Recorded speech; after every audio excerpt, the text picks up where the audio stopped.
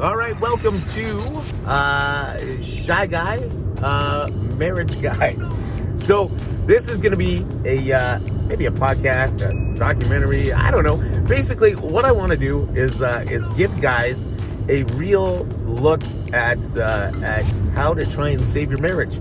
As I'm trying to do everything I can to save mine. And there's so many things that they tell you and tell you to try or do this, do that. So what I want to do is try everything I can possibly think of to try and save my marriage, because I love my wife. However, she separated from me about 8 months ago now, and is definitely doesn't want to get a divorce yet. So there's that sliver of hope. But certainly we are definitely not together as much as I want to be. Over the course of the next little bit, we're gonna try everything I can think of to save my marriage, and hopefully you guys can watch along and see what works and what doesn't. So I should probably give you a bit of a background about myself, about my wife, who we are. 13 years ago, I met my wife on Plenty of Fish. She actually messaged me on Plenty of Fish. We started dating after chatting back and forth for a bit, and over the course of over the next year, it wasn't like a love at first sight thing, nothing like that. But we dated, and over the course of a year, she grew on me, and I after playing it safe, playing hard to get, you might want to say, I eventually just fell head over heels in love with her, and that's, I think that's the best way to do it as well. Fall in love with the person, and that's what I did.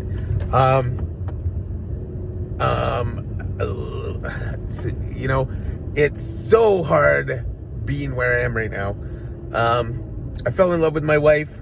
After it was, I think, our second year together, just before our 2-year mark. It was Christmas. I asked her to marry me by putting a ring in her stocking, and she said yes. Best day of my life up until that point. So she said yes, and then we still waited. We waited at least another year. I want to say 2 years before we actually got married. And then so it was May 25th, 2013 was when we got married. It is now, whatever it is, February something, 2023. So this would be our 10-year wedding anniversary. And I guess not divorced, so it still is, right? So we got married. And I had from a previous relationship, I had a son, who she basically became. She became his mom, really. I mean, yeah, his stepmom, but really, I had sole custody of my son. Before that, she came in and pretty much became his mom, did everything for him while I sat there and worked. So I was able, because she took on that role and responsibility, I was able to get a job, work full time. However, that was probably the start of the of our troubles right there. So because of that, I always sort of let her take over the responsibilities as far as my son goes, and really I should have been far more proactive. Far more proactive in parenting my son. So my son also, he had learning disabilities, he had behavioral issues, and I pretty much put it all on her shoulders to deal with. Well, I just sat there and worked and was like, hey, that's it. I'm bringing home the bacon, and that's what I got to do. So she, she was, would ask me to, she would mention stuff, you and his mother, blah blah blah blah blah, should be doing more stuff. But it was always, for me, it was always one in one ear, out the other. I didn't really, take it nearly as seriously as obviously I should have. So there was that. Then we also had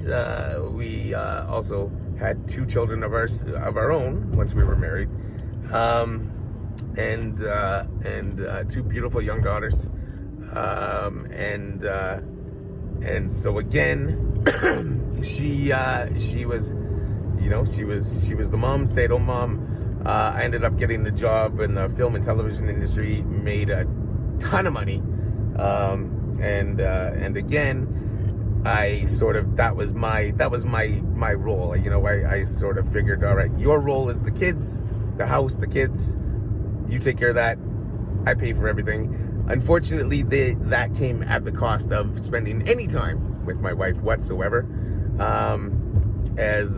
So we were living on the island, Vancouver Island, and I was working in Vancouver. I work in the film and television industry, working insane hours, like, 18, 19, 20-hour days every single day. And then, a lot of them would turn into, basically 5 days a week, but really 6 days a week. Cause, we'd start off at, 5 in the morning on a Monday and finish, by Friday, you're starting the day at 5 at night, and then working until, 7 in the morning on Saturday morning, something like that. So, and then I'd have to spend the rest of that Saturday either sleeping or traveling home, which, whiuld take up the full day. And then I'd get a few hours with my wife, and then I'd be back on a ferry and on my way to Vancouver again to start work again bright and early Monday morning. So really, for years, my wife put up with this. For years, she begged me to quit the job. And again, I just fucking, like an idiot, I did not listen like I should have. Didn't take it seriously, thought, we have a good life. And I'm making tons of money, more money than I'd ever made, more money than the doctor makes, that was my assumption. However, in that time, to fill that void of having, obviously there was, I was missing something, her, obviously, and I filled that void with drugs. So, you're working 18, 19, 20 hours a day, every single day. Nobody can do that. You can't go through that. And the way I dealt with it was to keep myself awake. I got into cocaine, and that was how I stayed awake for my job. And it was, I had a big habit. I had a bad habit. So my bad habit turned into, there was an on-set dealer. So, one of the crew members who was a coke dealer, and that guy had no problem fronting, up to a couple $1,000s a week worth of cocaine. So, my paycheck at the time, right? My paycheck was like $5,000 a week. So, paying $2,000 a week of it to the dealer, no problem. And that was one show. Normally my paychecks weren't nearly that high, but my drug addiction was. So eventually I started doing more than I was making, and I started losing things. So, I had a 27-foot Baylander boat. We owned a house. We had some nice cars, a Cadillac STS and a Mustang. And slowly those things started going away, including the house. I bought an 18, like a tractor trailer, a semi-truck. That was gone. My wife had a motorcycle. She had to get rid of it. And obviously, she always blamed it on my shitty money management. I don't think she never really knew how much money I was making. Obviously, I couldn't, how the fuck do you hide spending $5,000 a week? She didn't know I was doing drugs. She's never done drugs. Fucking great human being, Christy. I didn't want to say her name, but anyway, she's a great woman, great mother, never done drugs, nothing like that. And obviously to facilitate my drug addiction, I lied about it and didn't tell her what was going on. Eventually, the truth came out, as it always does, and I had to admit to her what I was doing after she pretty much caught me anyway. So at that point, she, it was a hard pill for her to swallow. That pretty much most of our married life, or not most of it, a lot of it, was a fucking lie. Was me lying to her, and it destroyed her. It destroyed my life.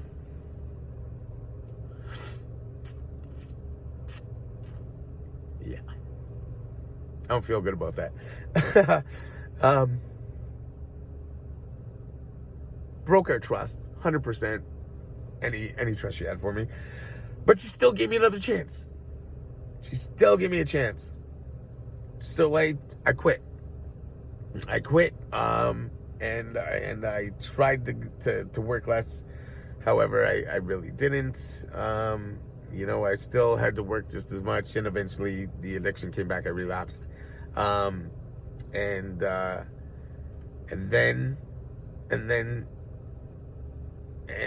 then she found out again I relapsed. The way she found out was, it was Mother's Day a couple years ago. Mother's Day. Sorry, get emotional. Mother's Day a couple years ago, and we were doing dishes. I said I gotta go to the washroom. I went into the washroom, and I thought I had found some finger rub. It's like THC resin. Like it's some sort of, it's like a weed byproduct. Anyway, apparently heroin and that look very similar. So I thought I was doing a hit of THC resin, finger rub, whatever it is, and it turned out it was heroin, and I fucking dropped dead in my bathroom on Mother's Day. My wife comes in. Sorry. Wife comes in with our daughters, after she heard a big thud. There I am, basically dead on the bathroom floor. She has no idea what the fuck's going on. I calls the ambulance, maybe thinking I'm having a heart attack or something.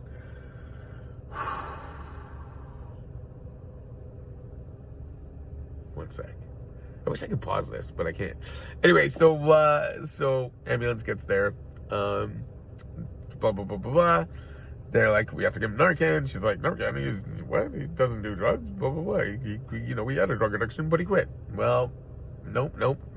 I think it was 5 or 7 or something like that. 5 or 7 Narcans later. They got me back, thank God. Yeah, that was how my wife found out I was still doing drugs and relapsed. So this time, she kicked me out. For a good fucking reason. For good reason. So for a while, quit again. Was living in my car.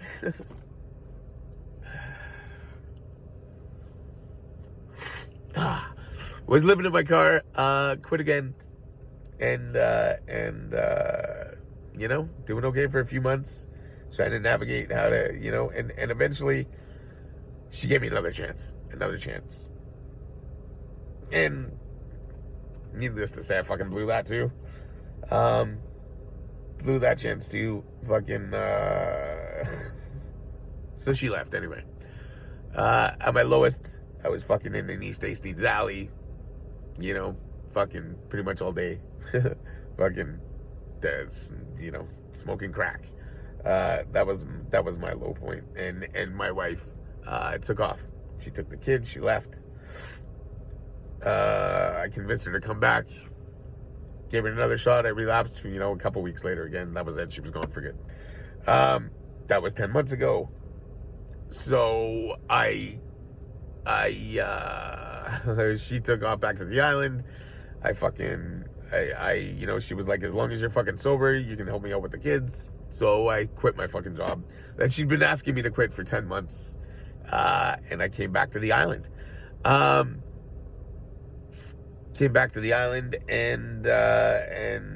was living in a fucking hotel room, staying sober, going to meetings, trying to keep clean, doing smart recovery stuff online, taking care of my kids anytime she needed to, and it was like,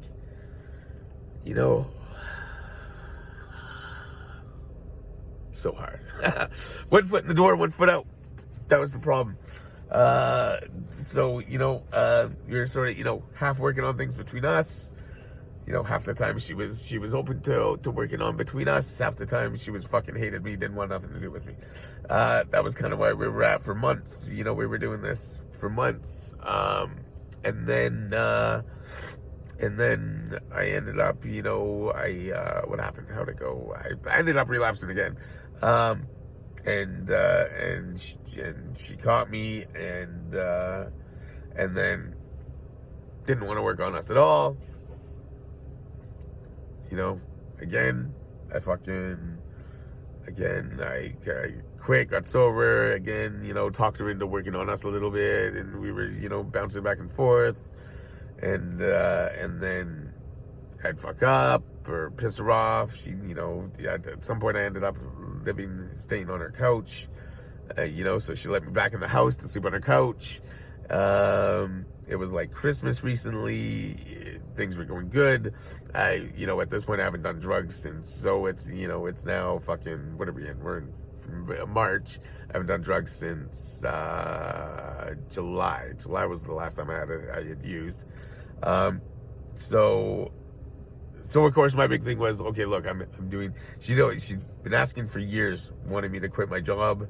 I finally quit my job. I quit my job. I quit doing drugs. Why can't I have you back? And for her, it was obviously a lot deeper than that, a lot more than that. There's no trust, right? I destroyed her trust over and over again too. So again, we were back working on things. It was Christmas. She was letting me sleep in her bed. She agreed to do marriage counseling with me. Everything was going good. Everything. And then I got a bunch of messages from some fucking crazy woman that had based on no fucking sense of reality. It was some fucking chick that I had talked to a couple times, nothing fucking nefarious or romantic or nothing like that. It was like an old friend of my son's mother that, I guess apparently had lived with us in Kelowna a couple times. She had messaged me on Facebook, and then went absolutely batshit crazy and fucking said I was getting her or kidnapping her kids and all this fucking crazy shit. I've never even fucking met this woman. I think I met her once. Didn't even remember who she was. But so everything, honestly, too, everything this woman was saying on these messages was just complete fucking bullshit. However, my wife fucking read these messages and I guess didn't believe it was bullshit. And so even fucking, we were working, I got her to fucking agree to work on marriage counseling, doing marriage counseling, except so then she kicked me out of the house again, and then this was right before our first counseling session. So I was all butthurt and was a fucking asshole and didn't take the marriage counseling seriously. It was an asshole, and was all butthurt because of fucking, that she kicked me out for something that wasn't real, didn't truly happen. However, it was far more than, it doesn't matter if it really happened or not. It was just more chaos. And that's what my life had become at this point, chaos. And it always has been. I didn't realize it then. However, looking at it now, it's exactly what it was. My life has been absolutely fucking chaos, and she wants no part of it anymore. She wants some stability. So that's kind of where we're at. Anyway, from that, since then she's basically she doesn't want to work on the marriage at all. She doesn't want a divorce yet. So I mean, I still have a sliver of hope. She doesn't want a divorce yet, but she also needs space and time. Now, also, on top of that, our eldest daughter, has come down with type 1 diabetes, 5 years old. Fucking complete fucking shock to us, and a whole way too much stress. She doesn't want to work on her marriage or deal with our marriage, because that's just added stress already onto this giant, enormous amount of stress that she has, and we have already. Dealing with our kid with type 1 diabetes and everything that goes along with being parents and caregivers for a almost 6-year-old child with type 1 diabetes. Crazy too, by the way, if you ever go through that. I'm fucking, man, wow, what a wake up call that is, and just learning everything that goes along with it, and how to deal with it. And if you have type 1 diabetes and you're listening to this, good job for fucking keeping yourself alive. I can't believe how fucking hard that is to deal with. Anyway, that's where we're at now. So right now, she'll talk to me. However, if I bring up anything to do with our marriage, then she stops talking to me at all for like a few days, and I hate it, because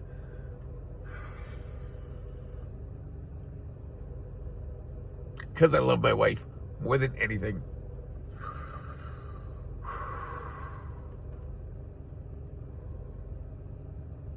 I hate myself for what I've done.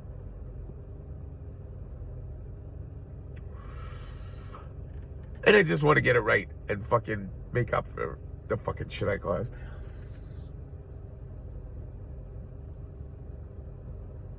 Anyway, so that's who I am. That's my story. Hopefully, I'm gonna, next episode, I'm gonna talk to you about the steps I've taken so far, to try to get her to warm up to me, and to work on our marriage. I've bought a whole Save Your Marriage fucking thing, off the internet, one of those whole Save Your Marriage packages, or Get Your Ex-Girlfriend Back packages, all this shit I've done. And I'll tell you what's worked and what hasn't, and we'll go from there for number 2, for episode 2. So this has been episode 1, Shy Guy's Marriage Guide. Hope you have enjoyed listening to my story. If you can relate, there you go. We'll see what works and what doesn't. Talk to you next time.